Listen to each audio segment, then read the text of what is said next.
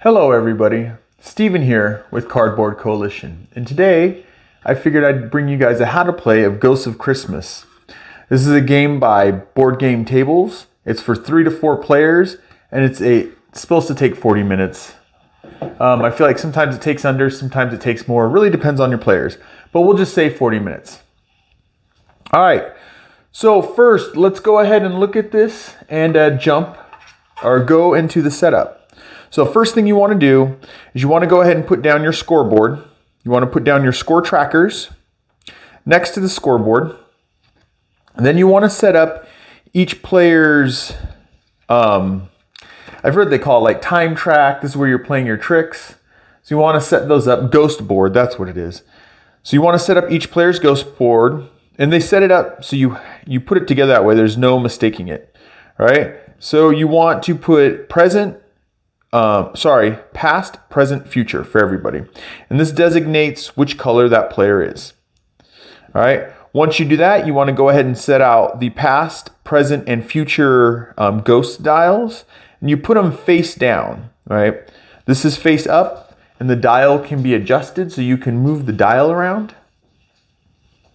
But when you start, you put them face down. That means that it's wild. Anything goes. All right. Then you go ahead and put out the wreaths. So you put those out. Then you put out the doors, the purple doors, and then the red doors. Then you go ahead and decide who's the first player. They say just decide who's the first player. I like to do whoever was the last to do a good deed. But, however you want to do it. I have some friends, they like to roll 20-sided die, and whoever's the highest. And you go ahead and give that first player marker to the first player. And I just, as setting up, noticed it kind of sits on them like it's actually a hat. All right. So once you do that, you have a stack of cards. And there are 4 different colors. And the cards go from 1 to 12 in each color. All right. Once everybody has their hand of cards, right? You're ready to play the game. So everyone should have 12 cards and you're ready to play the game.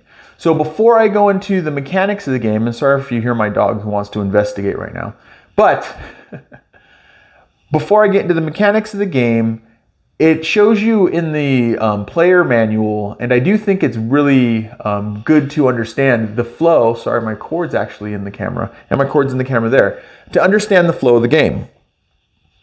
So, that might be loud for you guys. So to understand the flow of the game, we're going to go through a couple things, and I will show you what each one is. Now, a trick is once each player has played 1 card. That's considered 1 trick. 1 round is once each player has played 3 tricks. That is 1 round. Now, a hand is once every player has had 3 rounds. So you guys go through 3 rounds. And the way to remember that is your hand of cards are all gone. You've played all 12 cards that you have. And that is a hand. Now a game is once all players, or you've played as many hands as there are players. So in a 4-player game, once you've played 4 full hands, you've gotten all 12 cards out of your hand 4 times, then the game's over.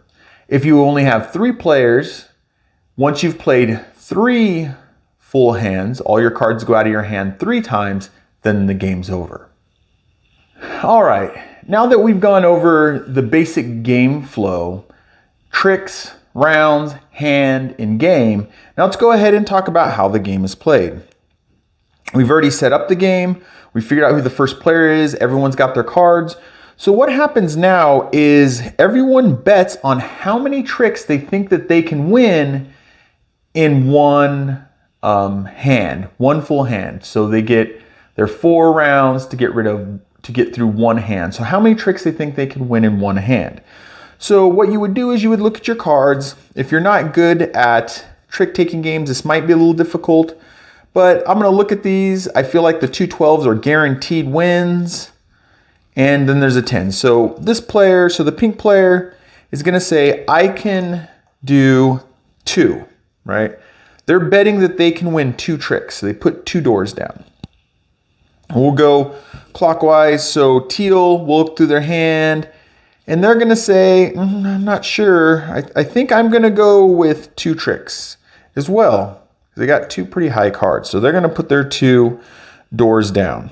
Now this is the betting phase. And before the beginning of the hand. Now, orange player, let's go ahead and see. Orange player glances through and they're like, I got those 11s, 3 11s, a 12, a 2 10s.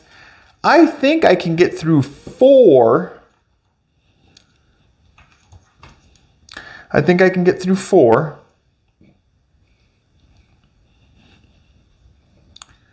But I might actually be able to get 5. So because they think they can get through 4, right? They take the purple doors.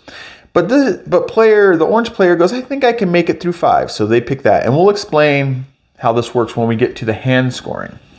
All right. And then our purple player looks through their hand and they're like, oh, not very good. I think I could win 1. I might get 2. So safety reason, I'm going to put another door. The red door is safety. Each player can only take 1 door. One player can't take 3 doors, 4 doors. And one of the kind of house rules that we do, or we've started doing playing this, is instead of letting each player just grab as many doors, we just keep going round and round until someone passes. Once you pass, you can't grab any more doors, right? And so we just go round and round. And then we say when the doors run out, that's it. All right. So the bidding phase is over. Oh, these should be like this. And I think part of the different sets, the different parts of the game flow might have been a little confusing because those are flipped over. I doubt it though. It'll just seem off. All right. So everyone's placed their bet. You start with the first player and they go ahead and put down their first card. So first player is going to go ahead and put down a yellow 12. Now, since they put down a yellow in the passed slot, that means the lead color, the lead suit, right? You can think of it as the lead color, or there's emblems there. The candle, the lead color is what needs to be placed in that area. So now for the next person, they can choose any of the 3 spots, right? And they look through and they're like, I'm going to put down this blue. Let's just jump around a little. I'm going to put the blue down right here. Once again, they're saying that the lead suit, it's already set up, for future is blue. Then it goes to the next player. They look through their hands and they can put anything down in the present space because it's open. But if they put anything down in past or future, they have to follow the lead suit. And these dials really just let other players know what the lead suit is for each ghost. So since they have blues and yellows they can put down, but they can also choose to put down red somewhere, or they can take the future space and put down anything. Now, if when you're looking through your hand, you do not have the color that's here, that the lead suit is, you can put down any color. But let's just say for this one, they're going to go ahead and try to win on this first round. They're going to put that green down right there. And then it goes to the next player, and they go ahead and look through theirs, and they go ahead and decide what they want to place. Oh, I didn't do this, which I should have done. Bad, Steven. All right. So now all 3 ghosts, their suits have been set. So this player has to play the suit for that area, unless they're out. So let's go ahead and you're going to just watch me do this quick on camera, and that's fine.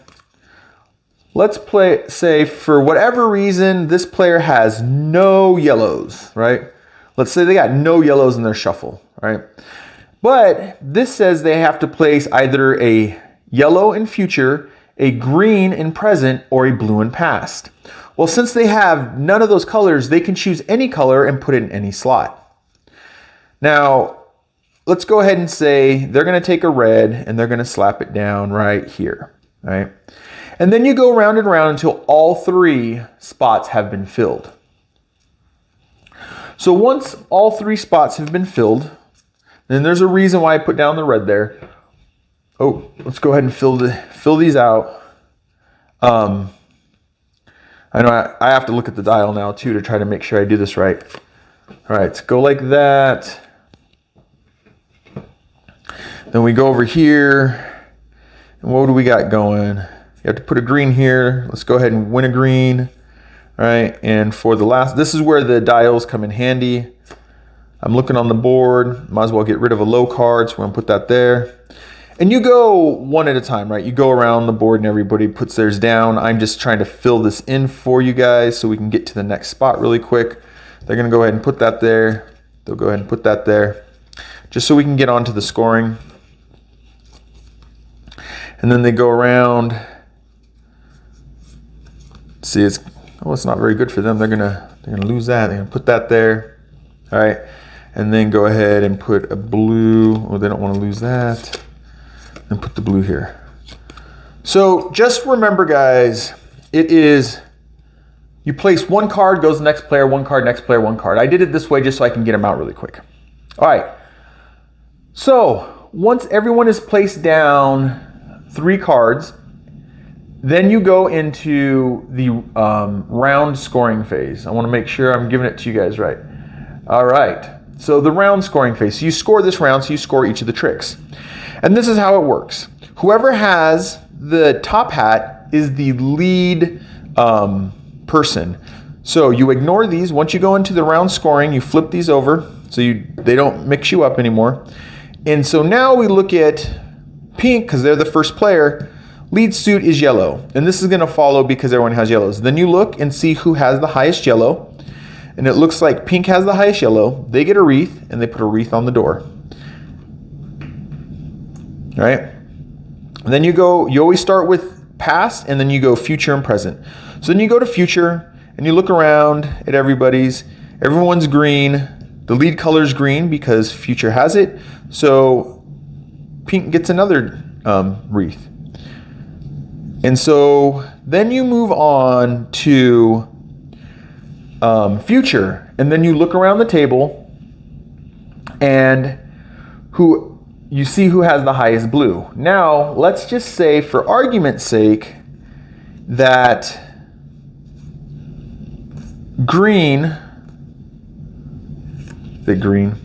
pink,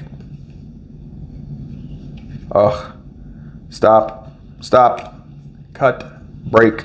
All right, we got to start this all over again. All right. So, now that everybody has played 3 tricks, we're at the end of the round. At the end of the round, you start looking to see who's won each trick. So they call it trick scoring. So the round scoring, the trick scoring. So because this player right here, pink player, was the first player, we go with whatever color they have here.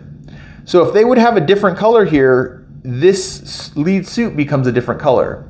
And to win, you either have to have a heart, right? Heart's your trump card. It beats anything. Or you have to have the highest number in the lead suit. So in this case, yellow is the lead color. You have a 12, a 2, an 11 in yellow. They have a red here. So you would think this would win, but because they've played a heart, this purple wins. The purple player wins that trick. That means the hat now goes over to the purple player. They're the first player.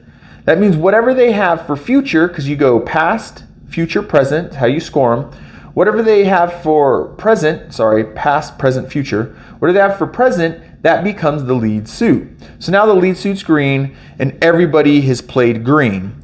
So you would go and look. Well, they have a 2, they have an 8, they have a 10. So this player, the orange player, would get a wreath. And they would also get the first player token. So now they have the first player token. And it's the same thing once again. So you look at future now, but you're looking at whatever card this player has down. That is the lead color. So in this case, it's blue. But let's say that they didn't have blue. Let's say they had no blues in their hand. And they had to put down a green. or they knew what they were doing, because you can play this in the game. So because they're the first player, instead of it being blue like it originally was when everybody was putting down their cards, they had no blues, so they ended up putting down one of their greens, and green is the lead suit. So now these two players do not have, these three players do not have green. That means this person wins the trick because no one has that suit color. All right, and that is how you score one round. And you go ahead and take all these and you just put them in a discard pile off to the side. And then you start up again and you play the next round until you've played an entire hand, which means everyone has gotten rid of all of their cards. They're all gone. All their cards are gone. That means the hand is actually over. Once the hand is over, what you want to do is you want to look, and I'm just going to scatter these out here. You want to look at who has what score-wise. So once you've played a full hand, so that would be your 4 rounds, you go ahead and you look and you see how many doors have wreaths on it. And that's how you score. And if you notice, there is enough for everybody to make it through this, right? So you go ahead, you've played your 3 rounds, and actually let's go like this. You've played your 3 rounds and everybody has scored their wreaths. We'll just put that one there. So at the end of your hand, your 4 rounds for a hand. At the end of your hand, then you go ahead and you do the hand scoring. So you score the hand. So how this works is, if you said in the beginning that you can win 2 tricks and you only won 1, you get no points. So in this case, teal would get no points. If you said you were going to win 2 tricks and you actually won 3, right? Then you would get no points. So pink would get no points, right? And this is where the red door comes in. If you said you were going to win 1 trick, but maybe 2, so you get that red door, you get 2 of them, but you only get 1 point for each wreath and door because you have a red door. So purple would get 2, 1, 2. And then orange would get 1, 2, 3, 4, 5. So orange would go up to 5. Now, let's go ahead and jump back for a second. Let's go ahead and say pink pulled it off, and they actually got 2 wreaths, exactly 2 wreaths. They didn't go over, they didn't grab a red door. If you don't grab a red door, all your purple doors are worth 2 points. So in this case, pink would have actually made 4 points, right? So if you have a purple door without a wreath on it, 0 points when you're scoring the hand. If you have more wreaths than you have doors, 0 points when you're scoring the hand. And then if you have red doors, you get 1 point for every wreath and door you have. If you have, let's say in this case, they picked a red door, but they only got 1 wreath. That means they get 1 point. You don't have to put a wreath on a red door. But let's say they won 3 tricks, they get no points. So how that works is, wreaths on doors score you points. If you have less wreaths than doors, 0 points. If you have more wreaths than doors, 0 points. Then purple doors, 0 points. If you've gone ahead and did the bonus red door, you don't have to put a wreath on that door, but you only get 1 point for each of your doors. And then once you've scored a hand, then you play the remainder of your hands. Like I had said, 3 if you're a 3-player, 4 in this case because it's a 4-player. And whoever's the highest on the track wins the game. And that is how you play Ghosts of Christmas. I have found that if you play through a round or so, and there's the Tiny Tim variant that takes the betting away, they say maybe play that the first round, but you guys can look into that and to see for yourself. I hope this made sense. I hope you guys understood. If not, go ahead and shoot us some questions. I'll let you know. I think once you sit down and everybody does a round or two of it, it starts clicking, and it's pretty easy to follow. So I hope you guys enjoyed. This was a how to play of Ghosts of Christmas by Gaming Top Tables. Now I messed it up. Board Game Tables. Why can't you just be a name of a company? So this is Ghosts of Christmas from Board Game Tables. I hope you guys enjoyed. I'll see you next time. Bye.